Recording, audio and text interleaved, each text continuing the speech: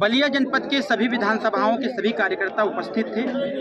माननीय श्री ओम प्रकाश राजभर जी की विचारधारा को जन जन तक पहुंचाने के लिए समस्त वंचित वर्गों को सुहेलदेव भारतीय समाज पार्टी से कैसे जोड़ा जाए, जो लोगों की समस्याएं हैं, सामाजिक, शैक्षणिक, राजनीतिक और आर्थिक जो समस्याएं हैं, उससे निपटारा कैसे पाया जाए, संगठन और मजबूत कैसे होगा, सदस्यता अभियान मजबूती से कैसे चलेगा, इन सारे बिंदुओं पर आज कार्यकर्ताओं को हमने प्रशिक्षित किया। इसके साथ साथ बहुत सारे लोगों ने आज पार्टी की सदस्यता भी ग्रहण किया।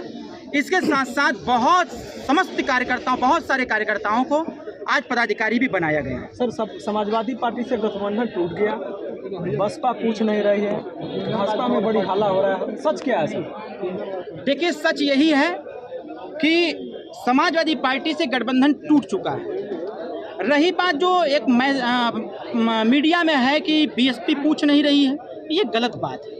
सुहेलदेव भारतीय समाज पार्टी की बढ़ती हुई ताकत को अगर कोई नज़रअंदाज करेगा तो वो पतन के रास्ते पर जाएगा। सुहेलदेव भारतीय समाज पार्टी के कार्यकर्ता और पदाधिकारी रात दिन मेहनत इसलिए नहीं करते हैं कि कोई पूछेगा नहीं, मेहनत इसलिए करते हैं कि हमारा गठबंधन जनता के साथ है, जनता हमारे साथ है, मेरा गठबंधन जनता से है और जनता का मतदान जिसको चाहिए होगा वो मेरे साथ खड़ा होगा। भारतीय जनता पार्टी ने राष्ट्रीय अध्यक्ष जी को वायु श्रेणी की जो सुरक्षा दी है, इसका क्या मतलब है सर? अभी आपके ही मीडिया के माध्यम से दिखाया गया था कि गाजीपुर जनपद में माननीय राष्ट्रीय अध्यक्ष जी के ऊपर जानलेवा हमला हुआ था। मेरे ऊपर बलिया में 3 बार जानलेवा हमला हुआ। राष्ट्रीय अध्यक्ष जी हमेशा संदेह के घेरे में आते रहे हैं कि कब इनके साथ क्या हो जाएगा। हमारे सुहेलदेव भारतीय समाज पार्टी कार्यकर्ता धरना प्रदर्शन ज्ञापन के माध्यम से सरकार को बार बार सचेत करने का प्रयास किया। रिपोर्ट गाजीपुर जनपद से गया कि ओम प्रकाश राजभर जी के जान माल को खतरा है। ओम प्रकाश राजभर इस समय पूरे उत्तर प्रदेश नहीं, देश के समस्त वंचित वर्गों के नेता हो गए, एक ब्रांड हैं। तो उस ब्रांड की रक्षा सुरक्षा के लिए सरकार उनको वाई श्रेणी ही नहीं, अपग्रेड मैं कर रहा हूँ, वाई प्लस श्रेणी की सुरक्षा दे दिया है, उसको बढ़ाया है। क्योंकि ऐसा देखने में आया है, एलआईओ का रिपोर्ट है कि ओम प्रकाश राजभर थ्रेट पर हैं, उनको लोगों ने निगाह पर बना रखा है, चाहे जब उनके साथ कुछ भी हो सकता है, इसलिए सरकार ने सुरक्षा उपलब्ध कराया है। इसको ये ना आका जाए कि बीजेपी गवर्नमेंट ने अगर सुरक्षा ओम प्रकाश राजभर को दिया है तो उन्हीं से गठबंधन होगा। सुरक्षा तो सरकार ने अखिलेश यादव को भी दे रखा है, तो क्या ये मान लिया जाए कि अखिलेश यादव बीजेपी का समर्थन करते हैं? सुरक्षा तो Z+ की सुरक्षा बहन मायावती जी को है, तो क्या ये मान लिया जाए कि मायावती जी बीजेपी का समर्थन करती है? सुरक्षा से गठबंधन नहीं देखा जाए। एक बात बड़ी चर्चा में है कि अमित शाह और मोदी जी चाहते हैं कि माननीय ओम प्रकाश राजभर जी हमारे साथ हो जाए, लेकिन योगी जी नहीं चाहते हैं। देखिए, ये गलत बात है। और उत्तर प्रदेश में सबसे पहले अगर राष्ट्रपति चुनाव को देखते हुए किसी ने याद किया तो माननीय मुख्यमंत्री जी ने याद किया। हमारी खुद 2 बार मुलाकात हो चुकी माननीय योगी जी से, बाबूजी को की समस्याओं को लेकर के, कुछ ऐसे हमारे विधायकों की समस्याएं थी उनको लेकर के मैं खुद मिल चुका। महाराज जी माननीय ओम प्रकाश राजभर जी की ताकत को अच्छी प्रकार से समझ गए हैं। उनको ये पता हो गया है कि ओम प्रकाश राजभर पूर्वांचल में एक मजबूत ताकत है।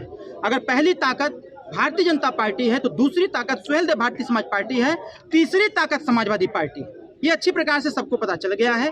नीचे से ऊपर तक सभी लोग हमारे नेता हमारी पार्टी को बहुत अच्छे से देख रहे हैं, संगठनात्मक तरीके से बहुत मजबूती से। आखिरी सवाल, सुहेलदेव भारतीय समाज पार्टी जिसके खेमे में जाती है उसकी सीटें बढ़ जाती है, सत्ता में कैसे पहुंचेगी? अब तो अलग है। देखिए, ये आपने जो प्रश्न किया है सही भी है। समाजवादी पार्टी जब कांग्रेस, देश की सबसे बड़ी पार्टी कांग्रेस कही जाती थी, उस पार्टी से गठबंधन हुआ तो 47 सीट आया। जैसे ही सुहेलदेव भारतीय समाज पार्टी से गठबंधन हुआ, सीटें 125 आ गई। मैं बलिया में खड़ा हूँ, 2 सीट बीजेपी, बाकी सारी सीट सपा की तरफ है। बगल का गाजीपुर 1 सीट बीजेपी को नहीं है। बगल में मऊ 1 सीट बीजेपी के पास है। बगल में आजमगढ़ 0 हो गया बीजेपी। बगल चले देवरिया में, देवरिया में 3 सीट सपा है तो 2 सीट 3 सीट भाजपा है। उसके बगल में सिद्धार्थनगर 1 सीट भारतीय जनता पार्टी। चलिए बस्ती में 1 सीट भारतीय जनता पार्टी, बाकी सब सपा। कहने का मेरा तात्पर्य है कि ओम प्रकाश राजभर जिसके साथ रहते हैं उनकी सीटें बढ़ती हैं। बीजेपी के साथ 17 में थे, 325 सीट जीते। जैसे हम हट गए 275 पे आके अटक गए। तो ये तो अब पुष्टि इसकी हो चुकी है कि ओम प्रकाश राजभर जिस भी ताकत के साथ अपनी ताकत जोड़ेगा उसकी सीटें आगे बढ़ेगी। अपने विधायक की रक्षा सुरक्षा के लिए माननीय मुख्यमंत्री जी से आग्रह कर रहे हैं जी, और उन लोगों के खिलाफ पूर्व में जो भी समस्याएं रही हों उस पर मेरा कोई कमेंट नहीं है। लेकिन अब जब से वो विधायक बना है उसके बाद से कोई समस्या ना हो, इसके लिए सरकार से हम रिक्वेस्ट कर रहे हैं कि हमारे विधायक को सुरक्षित रखा जाए ताकि वो क्षेत्र में रहे अपना काम करें, जनता की सेवा करें और क्षेत्र का विकास करें। इसलिए मैं सरकार से रिक्वेस्ट भी किया हूं, मैं स्वतः पर्सनली किया हूं कि हमारे विधायक के ऊपर अब कोई चार्जेस न लगाए जाएं। इसके पहले जो भी मुकदमे लिखे गए थे उसमें जो भी वैधानिक कार्रवाई होती है, चाहे कोर्ट की तरफ से या पुलिस की तरफ से, वो कर सकते हैं, उसमें हमारा कोई आपत्ति नहीं। सर, राष्ट्रीय परिषद चुनाव में जो द्रौपदी मुर्मू का आपका जो पार्टी सुहेलदेव भारतीय समाज पार्टी जो एनडीए का समर्थन की, तो सर बीजेपी सरकार का कहना और माननीय श्री योगी आदित्यनाथ जी का कहना है कि मुख्तार का गिरोह से जो भी संपर्क रखेगा मैं उससे अपना तालमेल नहीं करूंगा। देखिए, इसके लिए आप क्या करना? देखिए, ये माननीय मुख्यमंत्री जी का बयान नहीं है और ना ही भारतीय जनता पार्टी का बयान है। ये कहीं ना कहीं कुछ ऐसे लोग हैं जो इस प्रकार का माहौल क्रिएट कर रहे हैं, जबकि हमारा विधायक है और हमने तो अंतिम क्षण तक प्रयास किया। बीजेपी भी प्रयासरत थी कि अब्बास अंसारी का वोट पड़ जाए, अंतिम क्षण तक प्रयास किया गया, लेकिन जिस दिन वोट पड़ना था उसके 2 दिन पहले नॉन अवेलेबल वारंट जारी हो गया था, जिसकी वजह से वोट नहीं पड़ पाया। लेकिन हम लोग सरकार से रिक्वेस्ट कर रहे हैं कि जब से वो विधायक बने हैं उसके बाद से कोई वैधानिक कार्रवाई उनके खिलाफ न हो, उसके पहले जो भी उनके खिलाफ कार्रवाई होती है वो करिए, हमको कोई आपत्ति नहीं है। ऐसा कुछ भी नहीं है। आप अगर ऐसा कह रहे हैं तो माननीय ओम प्रकाश राजभर जी जब सरकार में थे तब भी मुख्तार अंसारी से ताल्लुकात रखते थे, नहीं सरकार में थे तब भी रखते थे और आज भी है, यहाँ कोई संदेह नहीं है। बहुत बहुत धन्यवाद।